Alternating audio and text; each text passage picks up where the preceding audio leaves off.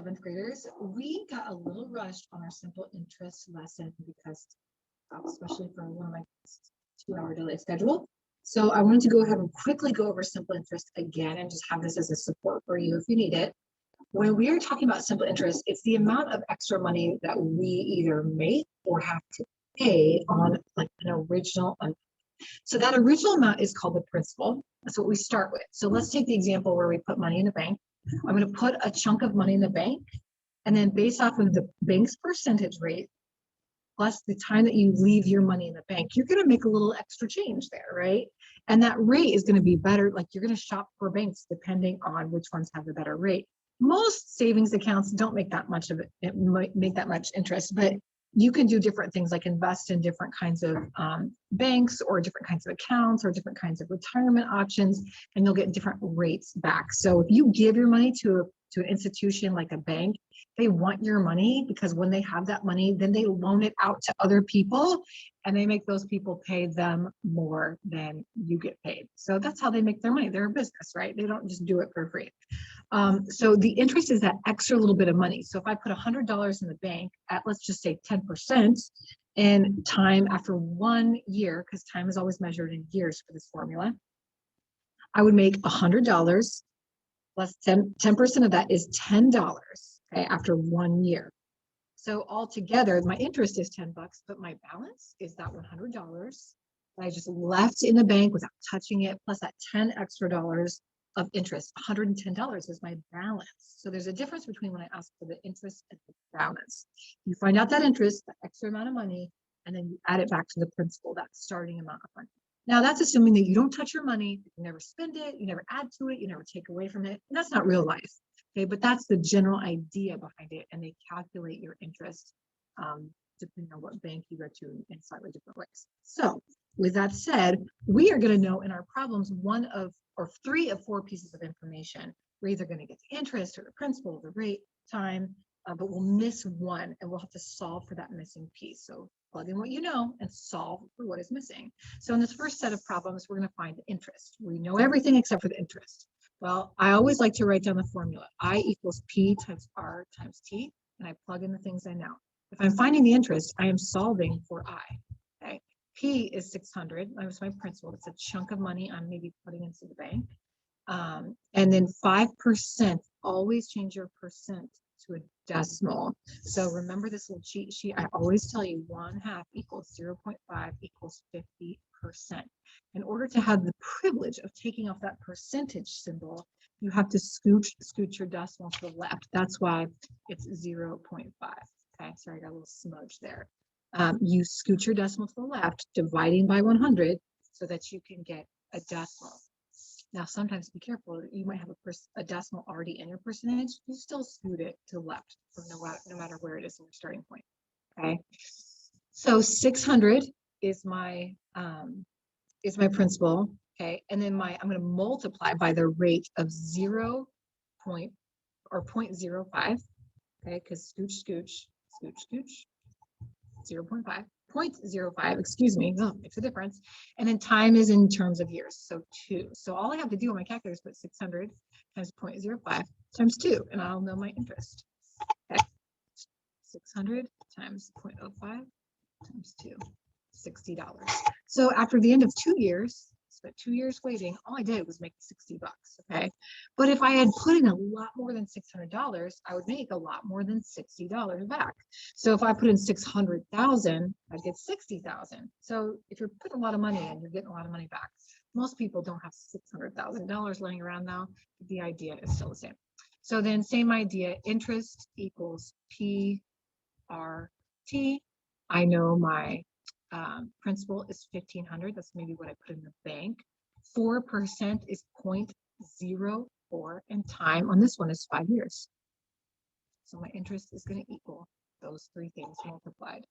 1,500 times 0.04 times 5.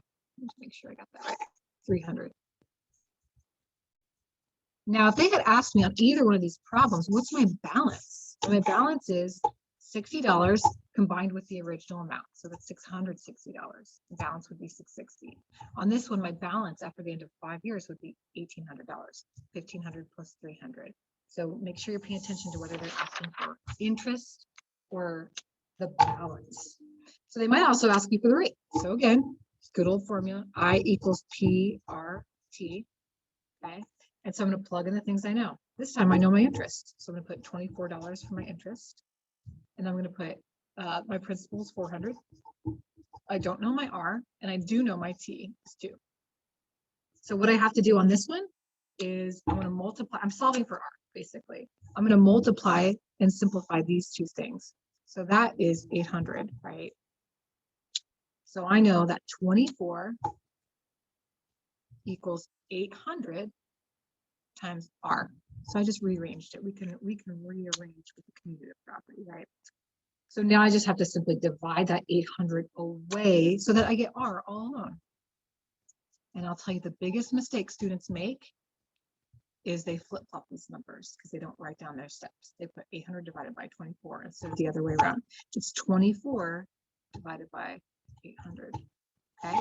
You get 0.3, but we want to put that back into a rate, a percentage. So we're going to scooch the other way, remember? So scooch. Wait a second, did I get that? Oh, I was wrong. It's okay, hold on. I was close, but I wrote my decimal wrong. Learn from my mistakes. 0.03. So I'm still going to scooch. That is 3%. Okay, that's my rate. So when you do the formula, you got to make sure it's a decimal. And when you're done with the formula, make sure you go back to being a percentage. Okay.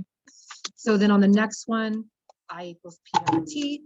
Always write that formula down and plug in the 3 things that you're going to know. So interest is 562.50 equals 1,500. That's my P. My rate, I don't know, and my time is 5 on this one. 1,500 times 5 is 7,500. Okay, I'm going to rearrange that a little bit. Here's my light. 562. And I'm going to divide that 7,500 away so that I can get my R all alone. That's what we're always shooting for, right? R is going to equal 562.5 divided by 7,500. Okay, 0.075. I'm not going to mess up this time. 0.075. Just don't forget to scooch. Okay, I'm going to go to the right to make it a percentage. Scooch. It's 7.5%. Okay.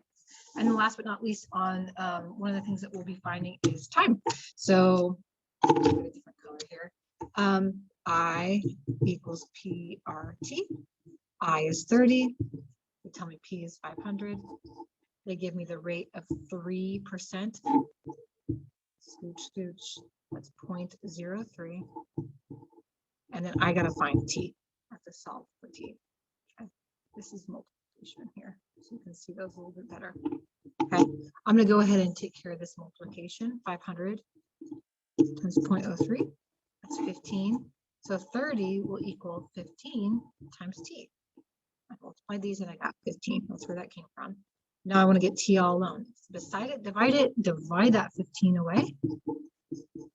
T equals 2 years, not 2 days, not 2 months, not 2 hours, 2 years. We always measure in years. In fact, if they give you something that says like 18 months, how many years is that? 18 months is a year and a half. So you have to make sure you're paying attention to how it is. Right. One last problem and then we'll be done. I equals PRT. My I is 720. My P is 1,000. My rate is 0.09.